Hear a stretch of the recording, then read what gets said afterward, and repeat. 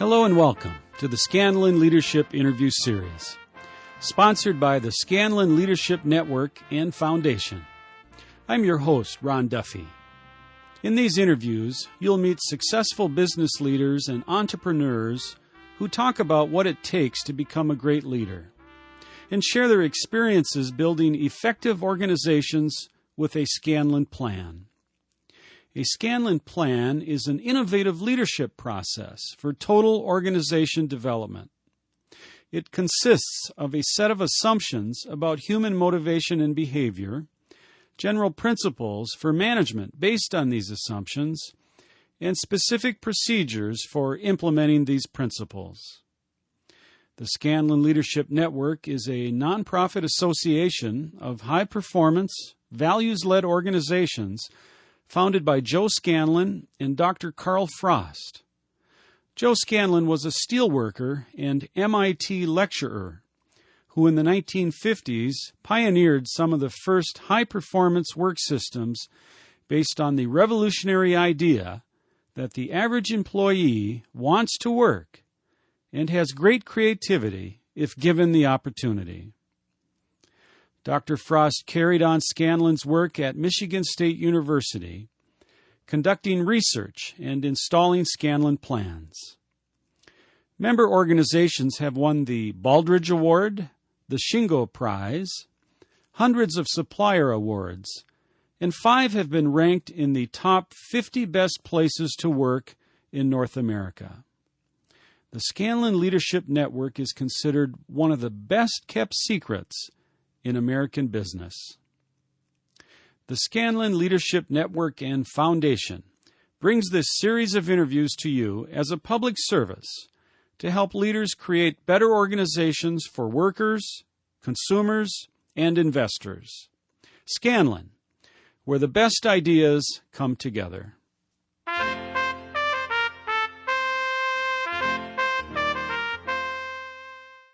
Our guest today is John Chipman, who graduated from Michigan State University in 1953 with a degree in landscape architecture.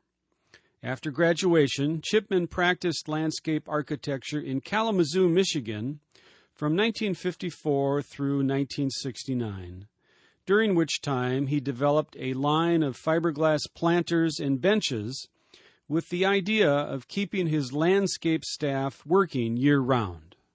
The marketing of these products led John to the realization that landscape architects desired well-designed, durably built site furnishings available for projects on a national basis. In 1969, John established Landscape Forms Incorporated with the purpose of providing these furnishings for public spaces. Thanks to John's vision, Landscape Forms, now with approximately 180 employees, is the leading designer and manufacturer of quality site furniture in North America. In this interview, I asked John to share his insights on leadership and utilizing the Scanlon process for performance improvement as the guiding forces for his company. And now, let's begin the interview.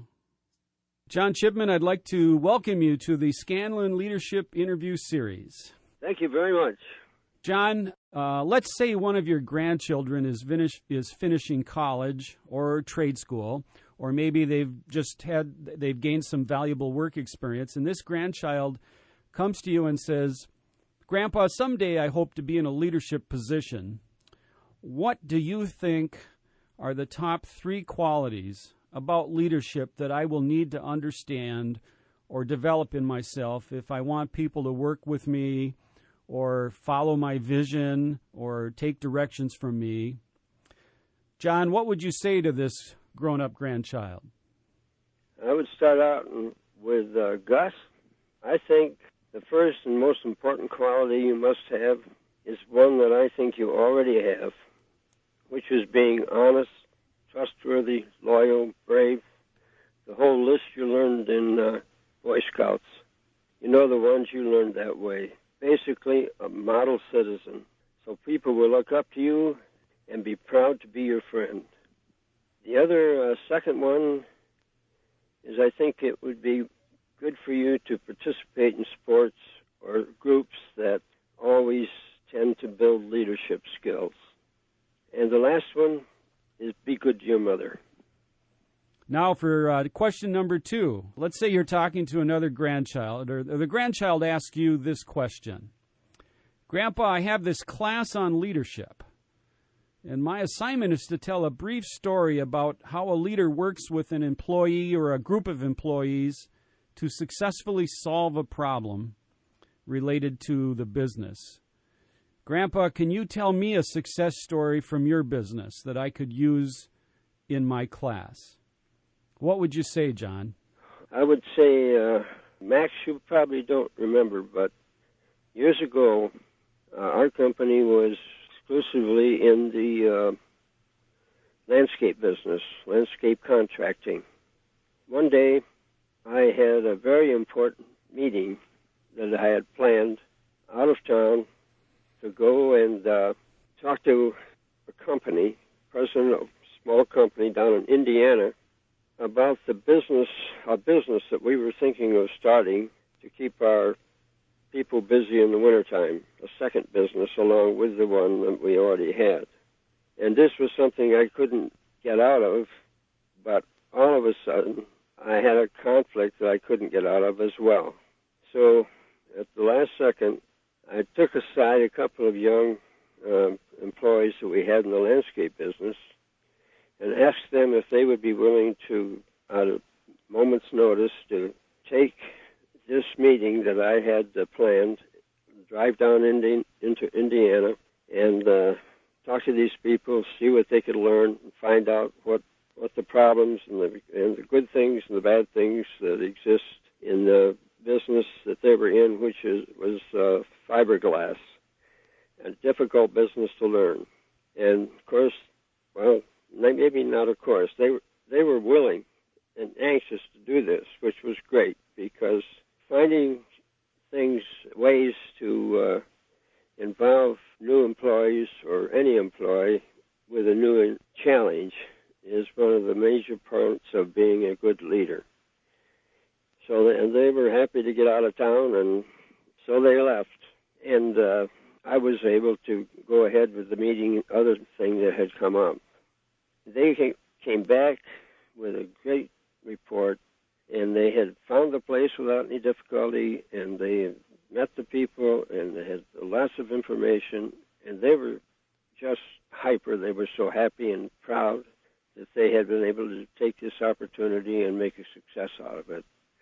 And that was a big success for me, to be able to challenge them and give them that experience. John, for our listeners, the reason you were studying fiberglass is your business, Landscape Forms, makes what's called site furniture. These are things like lawn chairs, picnic tables, trash cans, bus transit stops. These are all the things that are important for outdoor places. Is that right? That's right. This is kind of an aside, but we were trying to figure this thing out a couple of years, what we might do. I loved to sail at that time, and I admired the Hobie cat, and my dentist did as well. I was talking with him about this and told him that we had the idea that maybe we could make sailboats was similar to a Hobie cat. What's a Hobie cat? It's a two-pontoon sailboat, for not a large one, that one to sail on small lakes. They have races constantly all over the country, that kind of thing. But the pontoons are made of fiberglass. And I don't know how far I get into this, but most landscapers trying to fix a way to keep their men busy in the winter make concrete stepping stones or plow snow and destroy their equipment and that kind of thing. We wanted to do something that was not just copying them and have the competition of local people that were making something, not charging enough, all that. So, but my dentist said, you don't know anything about fiberglass. Seems to me that you'd be a lot better to do something that you know something about. And that was major importance that he gave me that tip. And so that's why we decided that we did know something about design and landscape products. I think that was one reason that we've been successful. So we didn't think that up on our own, but it was very helpful.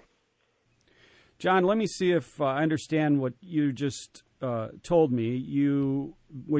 Before you started Landscape Forms, you were looking for something to do to keep your crews working in the wintertime. You were a landscape designer and installer with a crew. Right. And so you're thinking about building these boats out of fiberglass, correct? Yes. And your dentist says, well, why don't you stick to something you know? Yeah.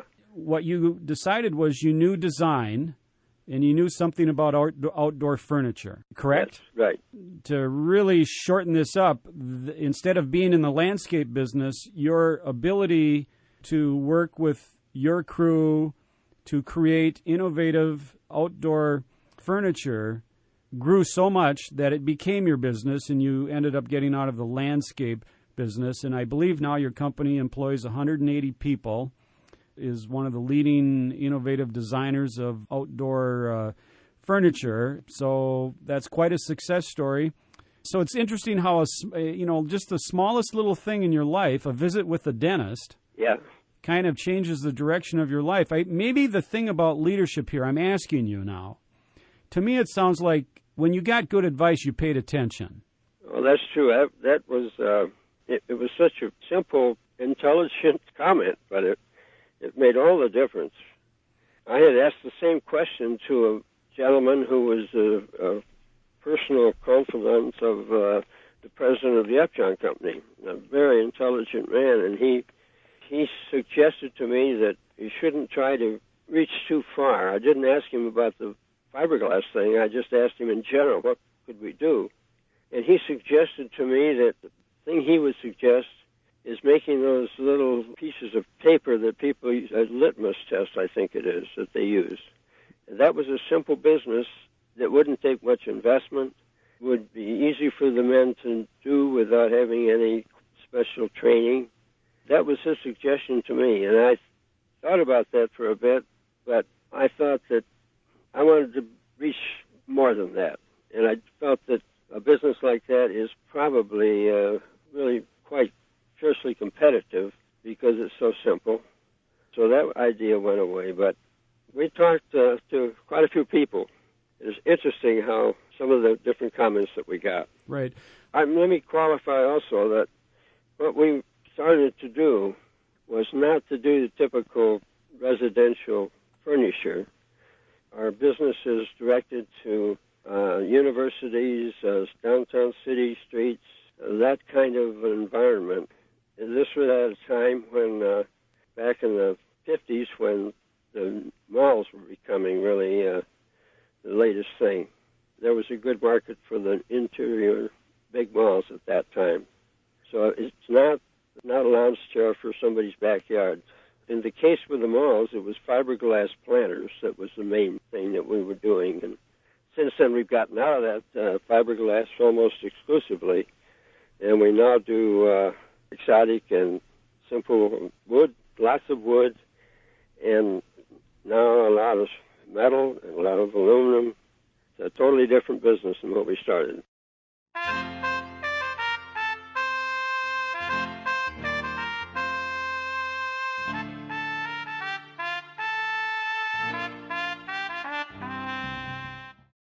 You're listening to the Scanlon Leadership Interview Series.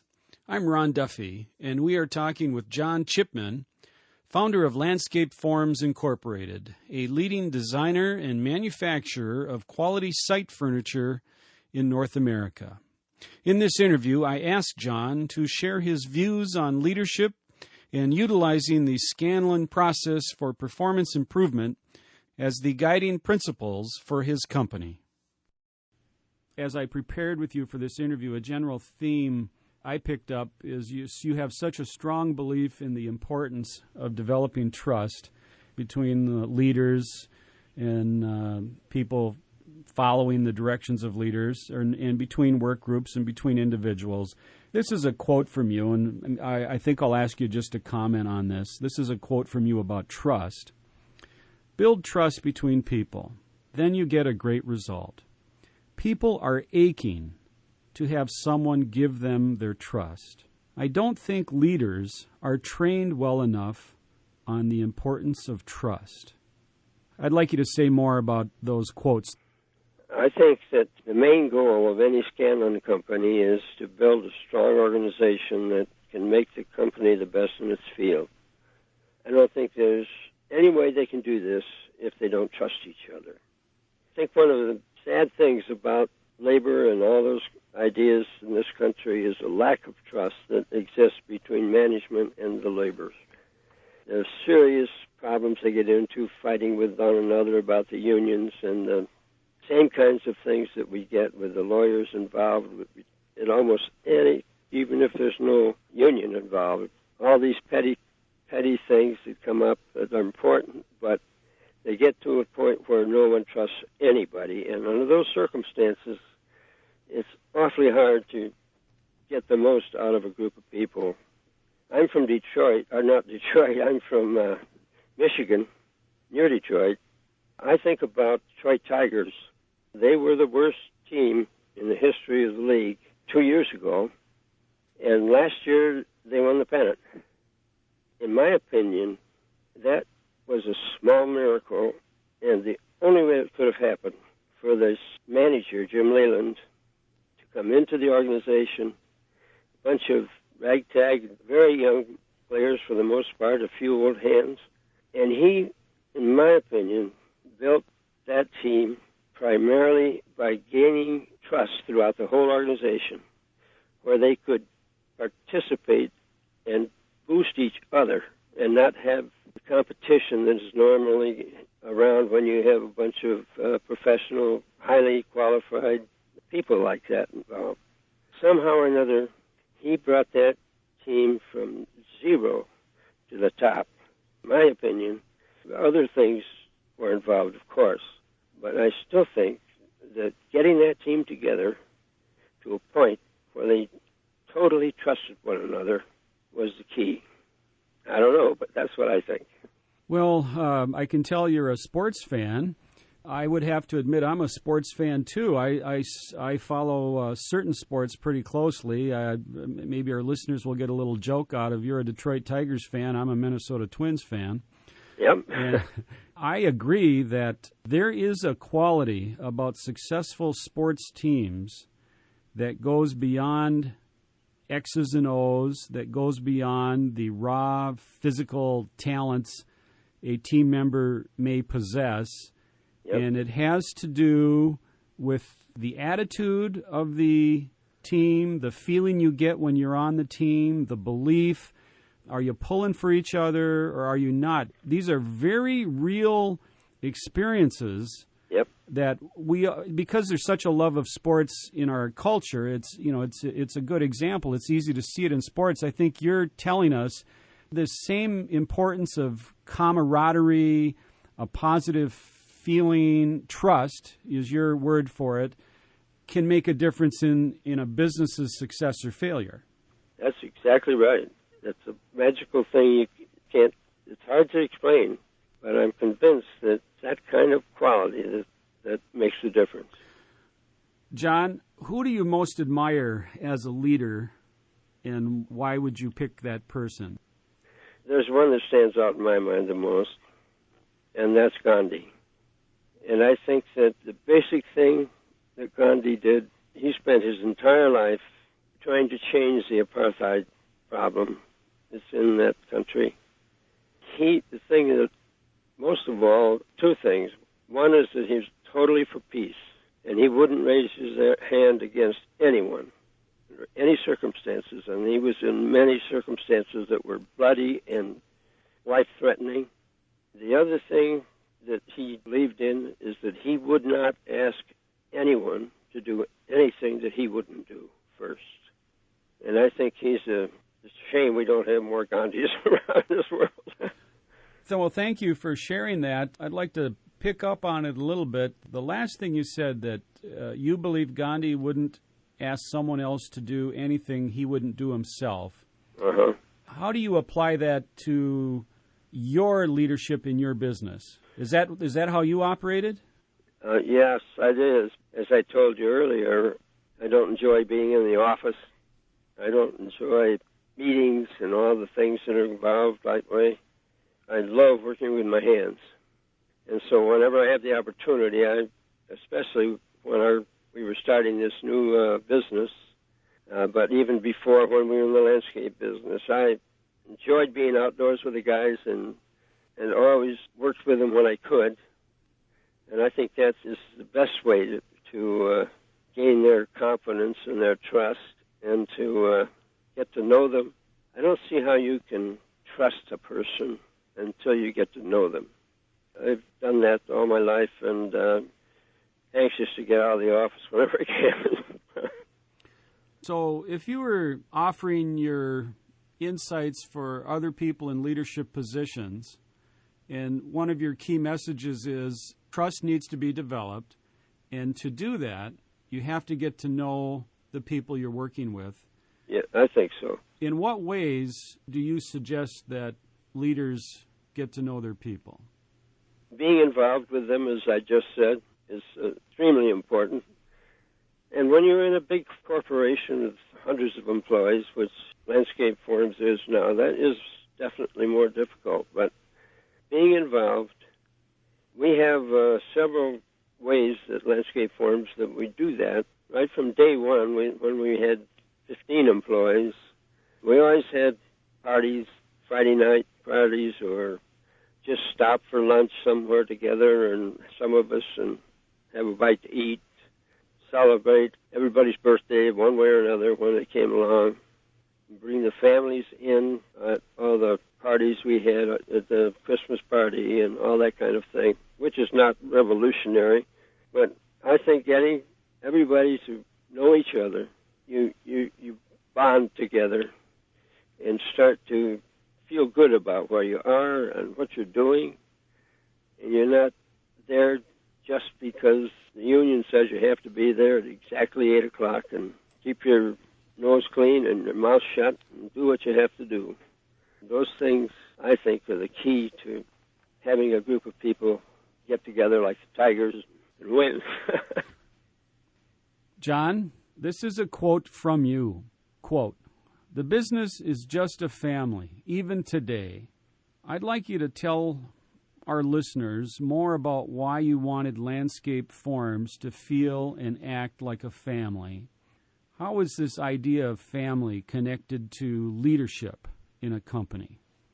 It's primarily a way of getting people to really get to know each other in a way that I think basically that family is probably most people's main interest, and they love to talk about their family, and it's their prime interest in life of everything, every waking moment.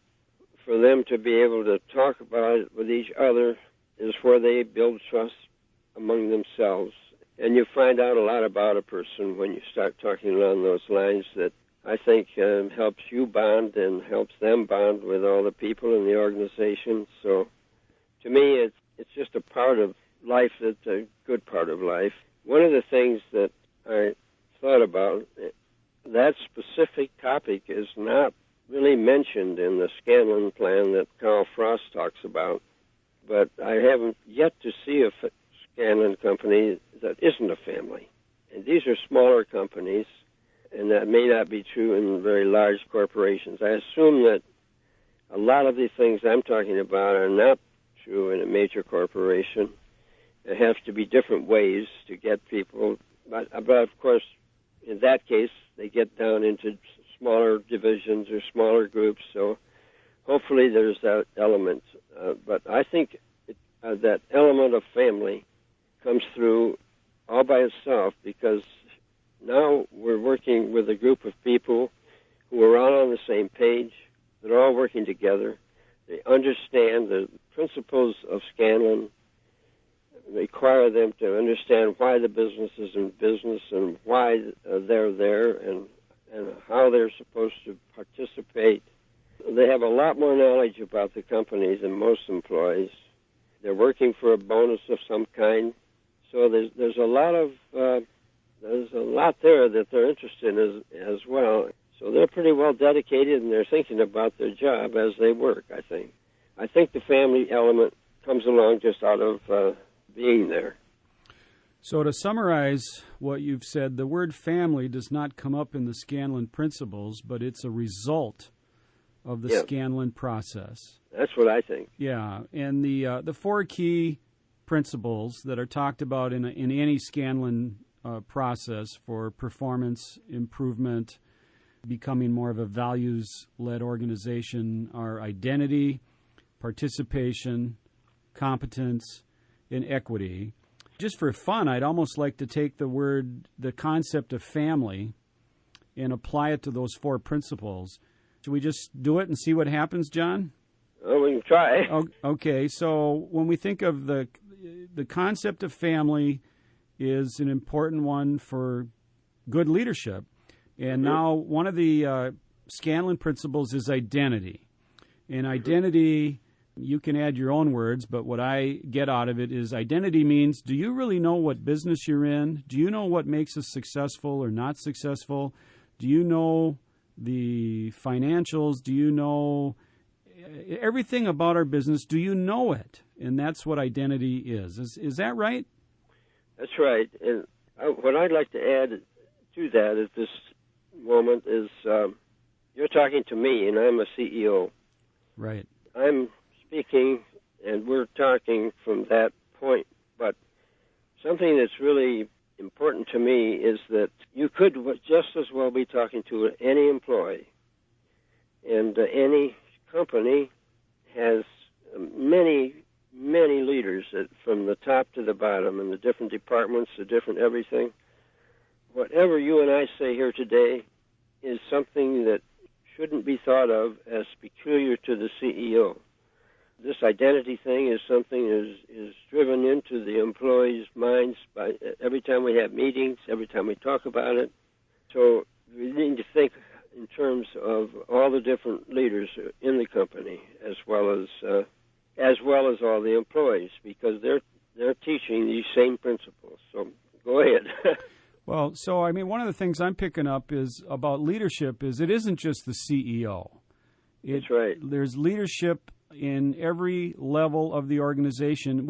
Could you go as far as to say that every employee, let's say you've got 180 employees at Landscape Forums, in some way, every one of those people is a leader and could benefit the company by showing their leadership in their sphere of influence, wherever that may be. That's right. We hope it's that way. And, of course, there's never 100% on anything, probably, but it's amazing how intelligent and well-versed many of the older employees are. They know what day it is. That's what Carl talks about. People have to know what day it is. They do. They sincerely do. And in our company, one of the principles is equity. Uh-huh. And equity, in essence, is a sharing of some part of the profits, or every company has its own system of equity. At Landscape Forums, we have a fairly complicated but fairly simple as well profit sharing based on the performance of the company on a quarterly basis. The format of the equity, the way it's set up, deals with different phases of the parts of the company that are involved. The people understand that, and they understand the difference between a seriously good bonus and a mediocre bonus, and it makes all the difference in the world. I hate to think that the thing is driven by dollars, but that's a part of it. They're sharing, and the owners are sharing.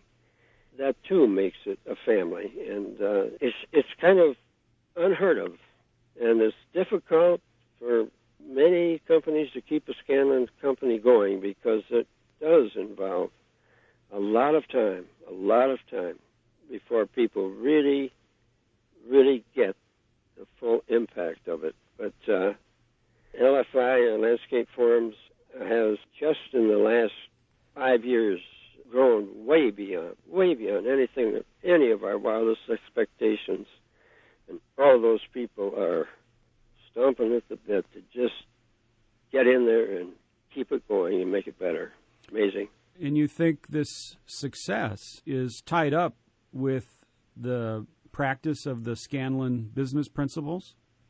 Oh, there's no question in my mind, because they're talking about it. And then they have departmental meetings where they talk about it. They have monthly meetings where they talk about it and have examples. And they have sharing, a lot of sharing with other Scanlon companies, where they, several times a year, the whole bunch of people go to different kinds of big meetings. Many times a small group will visit another Scanlon company within 100 miles and observe how they do a certain thing. And we share all the way around. It's kind of amazing. I'm going to try to summarize some things here we've been talking about, John, and add anything if you feel it's appropriate.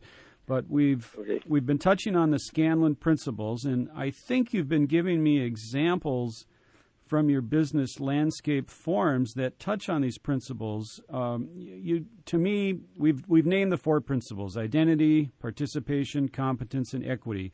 You talked about equity, the sharing of the profit in some way in the company is one of these principles, that you find a way to do that.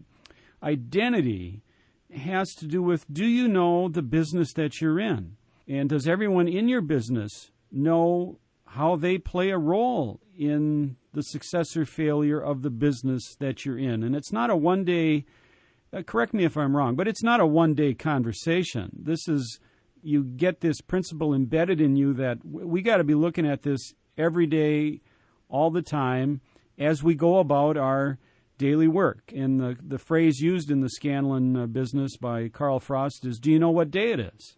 Yep. Meaning, do you know where you're at? Do you know how you're doing? Do you know what's going well? Do you know what's not going well? Do you know why? It's those kinds of questions. Am I right? Exactly. Okay. Then we've been talking about family, and you talked about having fun along the way and recognizing people's birthdays, for example, eating lunch together. I mean, there's probably 1,000 different ways that you can be a family and have fun along the way. But I would say this all relates to the Scanlon principle of participation, where if you get to know each other, you are participating with each other. Then you talked about people at landscape forums often visit other Scanlon companies to learn from them. Mm-hmm. And that is a form of participation. And I'm asking now, I also think that's what's meant by the competence principle. You're learning about your business. You're learning how to do things better. There's this idea of competence. Is there anything you'd like to say about the competence principle? Well, I think that that's all part of it. Participating is one way that you learn, for sure. But it also implies that if the company is going to get anywhere, that the employees have to be competent in their skills. And that goes all the way through the company, too, from the designers down to the newest employee. We've had off and on at different times problems with quality. We work with materials that rust outside if they're not treated properly, and that can be a big disaster for everyone. I can give you examples of just about every product that we've ever had that we had to go through a learning curve to make sure that all these kinds of problems are solved before we send them out in the field, and then have to have the agony of a warranty problem that has cost everybody a lot of grief and loses the customer's confidence in us. So the competence thing is a major part of the whole thing. It works. People really understand what it is we have to do. They go at it with the right attitude, and they're not just there putting in their time. They're working together. I remember first time, well, the way I became aware of Scanlon was having the opportunity to visit Herman Miller in Zeeland, Michigan. It was very close to where we live in Kalamazoo. I was just floored the day that I attended one of their meetings. And I think Hugh Dupree was around at that point. He was just a dynamic leader. the groundswell of enthusiasm that came out of those people just amazed me. And then when I got a little further into it, and I realized that they're having all these meetings, and they're having all this, and going here and going there, I wondered to myself, how in the world do these people ever get a job done to sell anything? But I've learned since that that's what pays off in the long run. They're a step above everybody else. And Landscape Forms has evolved into that kind of a situation, and it's just breathtaking when you compare it to the majority of the attitudes that exist in the workplace today in this country.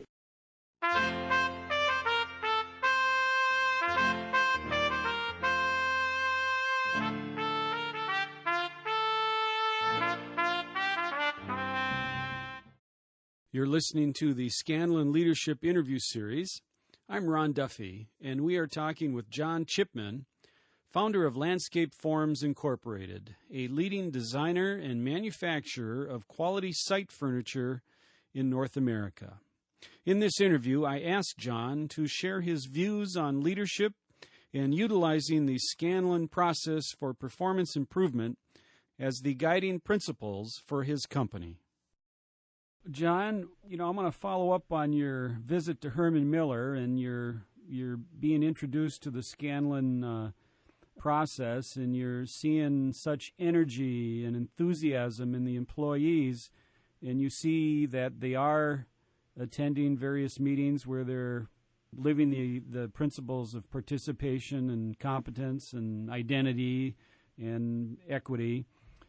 And you asked yourself the question, how in the world do these people get their work done when they're doing all this other stuff? Yeah. Now, for someone, I think that's a very important question to address here. If someone's listening to this and they're considering starting a Scanlon process in their company, maybe from their current mindset as a leader is, I can't take my people away from their work. Now, from your mindset, you've seen it almost sounds like a paradox.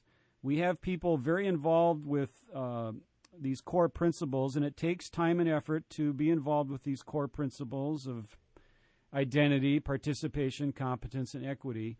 Yet, they do seem to get their work done and get it done better, and the company's more successful. So I'm wondering, how do you explain that paradox? The way I'd answer it would be, it must be that people are more focused. What would you say? Well, I think that's exactly right. And it's obvious that when I'm attending one of these meetings and seeing all this going on, I'm sure that the people that are in attendance that day are less than 1% of the whole workforce. So it isn't as if you take the whole factory out and have meetings every day. People, they go to these meetings in small groups, and sometimes a whole bunch. But primarily, it looks like they're just having tons and tons and tons of meetings, and they are, but it isn't like it involves everybody every day. I guess one of the things that I've wondered about and seen is I've seen companies that have failed. I think they've failed because the leadership figures that it's just a pipe dream that employees are going to be able to make the company more profitable if you give them all these ideas and all these meetings. But they think from watching a company like Herman Miller that they're very successful, so it's worth a try. Why not? The owners of the business, I think, don't ever believe right deep in their heart that these employees are smart enough to make this company more profitable so that they can earn a bonus. And they don't think it's going to really work, but they'll give it a try and see what happens. When they give it a try, they usually are the same type of owner that is prevalent for the most part, where they don't believe in their employees at that point, and they figure that they can work them half to death and pay them as little as possible and get along and everything is fine.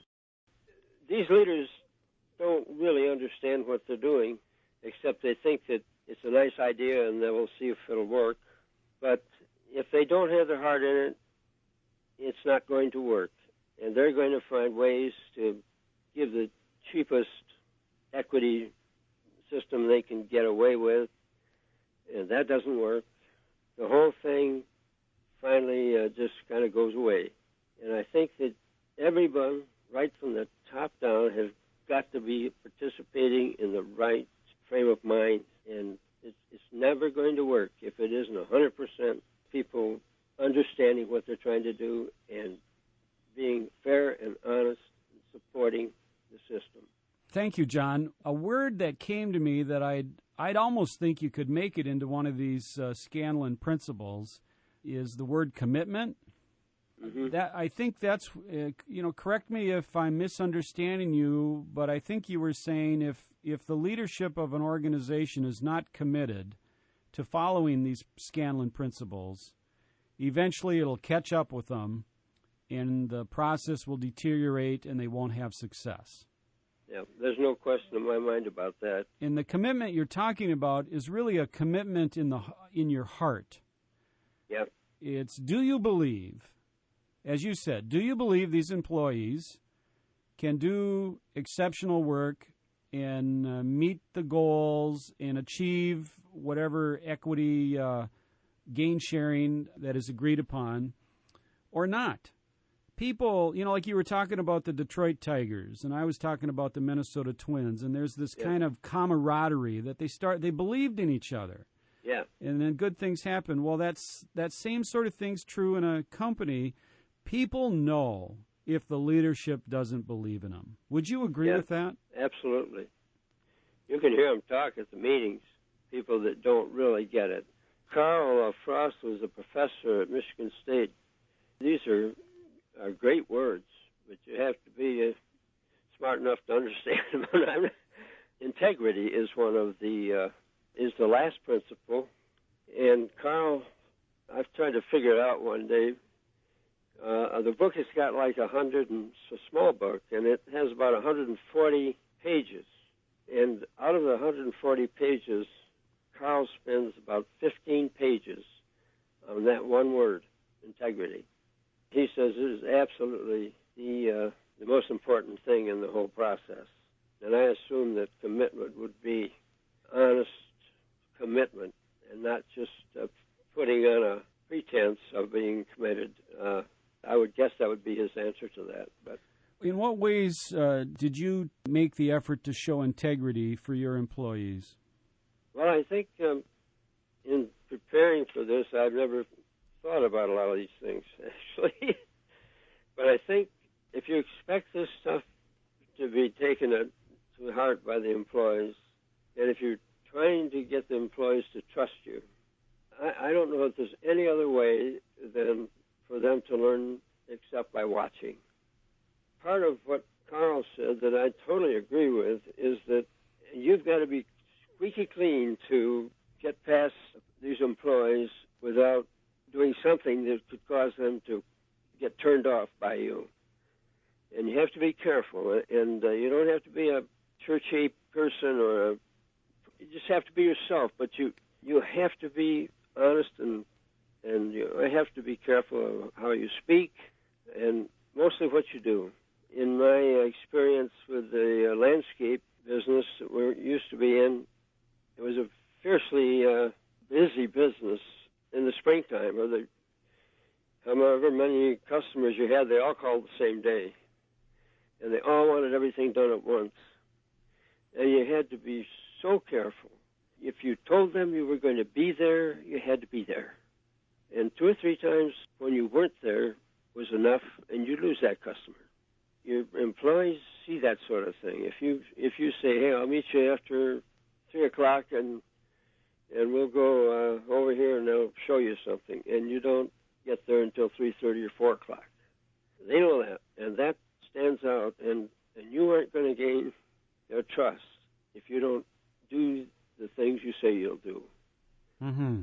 And I think of many businesses have failed because over time they say they're going to do things and they don't, and people get tired of that. Mm-hmm. John, do you think leaders that you can actually train leaders, or is it something innate? Earlier, when we were preparing for this interview, you told me that you had felt that you were a born leader. I believe that. One thing I'm just wondering about is, are leaders born, or do you think they can be trained and developed? Or is it a little bit of both? As far as I'm concerned, it's a whole combination of things. As far as being born that way, I think the quality that comes with your genes is, if you're the kind of person that is excited about taking a chance and you're going to go down the river in a raft, and your chances of getting flipped over and potential drowning or something of that nature, and you just can't hardly wait to go, I think that's a quality that a leader has. They're willing to take a chance. They're anxious to see the unknown and be a part of that unknown, and the challenge of getting out there and see if you can do it. And I think that's a leadership quality that comes with your birth. And I don't think the qualities of other qualities that have to be learned and have to be followed closely are things that have come slow to me. And I still, no matter what, the first time, it took me quite a while to get a chance to talk to Carl Frost because he was so busy. But finally I did. It took several years, actually, before I got a chance to really pin him down. I asked him if our small landscape company with about 15 employees could be a Scanlon company. And Carl said, well, John, and he had a great accent, and he said, do you know where your company stands today on the financial matters of all the things that are going on? And I had to admit that I didn't have the vaguest idea that I had an accountant that took care of that problem. And then he asked me a couple other questions, and I said, well, I didn't know what you're talking about. And he said, well, John, you've got to learn about those qualities, those parts of the business, before you can ever think about being in charge of a company that is going to share all those kinds of things with all the employees, and you need to be able to speak to that so that the employees can know what day it is. It took me quite a while before I ventured to come back. I came back and said that I thought I knew what day it was. Even today, I have not the vaguest idea how accounting works. That's a total blank for me. So I think it's important, and I should have learned it, but my strength is somewhere else, and I still hire that done, and I get away with it okay. Well, thanks for that story, John. And this leads me to another question I want to ask you.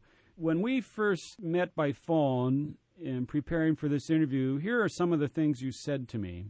This isn't exactly word for word what you said, but just some notes that I took down. That you're a quiet, bashful guy. These are quotes from you. I enjoy doing things with my hands. I hate detail, hate planning. I jump in and figure it out. I hate meetings and groups. I flunked accounting in college. I am a loner. I'm not a good speaker. I jump into things, then I need help. People sense this, then they help me. I was an Eagle Scout. I think I was a born leader, basically. I love the outdoors. So that's a combination of things that make up you. Now, some of our listeners might have the mistaken idea that to be a good leader, you need to be smart in accounting. You need to be a good speaker and so on. Mm-hmm. Clearly, your life experience and success leading landscape forms to the company that it is now is today proves that being smart in accounting and being a good speaker are not the most important things about leadership. If you were to give advice to a person listening who wants to lead or is leading, wants to do it better, and believes he can lead, but he doesn't have the typical skills people associate with leadership, what would you say to that person? I have to agree with you that I don't think it's easy to describe. I would say to that person that they need to talk to enough people to satisfy themselves that they have enough skills to do what's needed and have to pick a business that they have enough skills and information about to do a worthy job of it. But other than that, I guess I think one thing is that if you're going to start a business and be a leader, you've got to have a drive and a desire that just doesn't give up, because it doesn't come naturally to most people. It's going to take time before you can get it smoothed out. I assume it would be smart to work a couple of years for somebody that has the same business that you're trying to think about. And you need to have some technical skills for whatever business you're going to be in, and that you're smart enough to know that you're not going to depend on someone else for that, because you're going to have to know when to make decisions about where things are going. All right, John, thank you for those comments. I'm going to, in the interest of time, I have some other things I do want to ask you, so I'm going to move us on now. Yeah. This is a quote from Karl Frost, and I'm just interested in any additional comment you would make about it. Karl Frost says, and I think he's speaking of people and he's speaking of organizations, "We are changing forever." Excuse me, I've said this wrong. This is you kind of paraphrasing one of Karl Frost's quotes. "We are changing forever. All changing, all growing, it never stops." What does that mean to you? What does that tell you? This is a biggie with Carl, and he's absolutely right that the demands of the business are always constantly changing, and you have to respond to that all the time, and you have to be willing and ready to change. And hopefully you are smart enough to realize that you could be the one that forces that change with some new technology or whatever, and do the customer a great job. If you're going to survive in this day and age, and that's probably true of any day and age, you've got to be ready to respond and change as the technology grows, as the people grow, and you just cannot allow yourself to become a stagnant old company in an old rundown brick building that are doing the same thing your grandfather did for 100 years. You've got to be full of vitality and eager to get this thing done, and employees have got to be willing to change, and that's what makes it fun. That's what makes it exciting. You get tired of having to do all those things, but then when you get a little larger, you pass that on to the next generation, and they have all the fun. So, okay, here's another quote from you, John. "We all have egos. Effective leaders know how to build their ego." I think you're referring to the employee. "Pat on the back, not criticize." Would you comment on that? Yeah, that's a big one with me. I think that people that know me would have things to say about that. I think in a way I'm not as forceful as I ought to be at times, but my way of dealing with people is to find something positive to say to them and give them a pat on the back. And it's hard for me to criticize them at any time, because I think that people are effective when they feel good about themselves. And when you start to attack them, you don't plan to attack them. But if you start to mention the slightest thing that there's something wrong with them, I think they stiffen up automatically, and they turn their minds off and become defensive. And you have to be so careful how you deal with that situation. The people that are doing things that are, a lot of people that are doing a fabulous job, 90%, but there's this one thing that is a problem, a small problem. They probably know it as well or better than you do. But if you mention it, they get defensive, and you don't gain much by pointing out something they already know. If somebody is not doing their job, you have to face up to that problem, and you have to deal with it. To be picking on a person regularly or trying to help them by telling them how you think they ought to be doing what they're doing can work. And if you're smart enough to be able to make it work, that's wonderful. And there are people who can. I always feel that one pat on the back is worth more than 10 talks to people about what they're doing wrong. And again, I think that the way to go is to keep them positive until you have a real problem, and then you have to talk about it. You have to deal with it. But meanwhile, if they're doing a job that's so bad, then they should be gone already. And if they're not, you can help them by showing them how to do jobs and bring them along. Many times the things will work out, and they'll be much stronger for it because you supported them.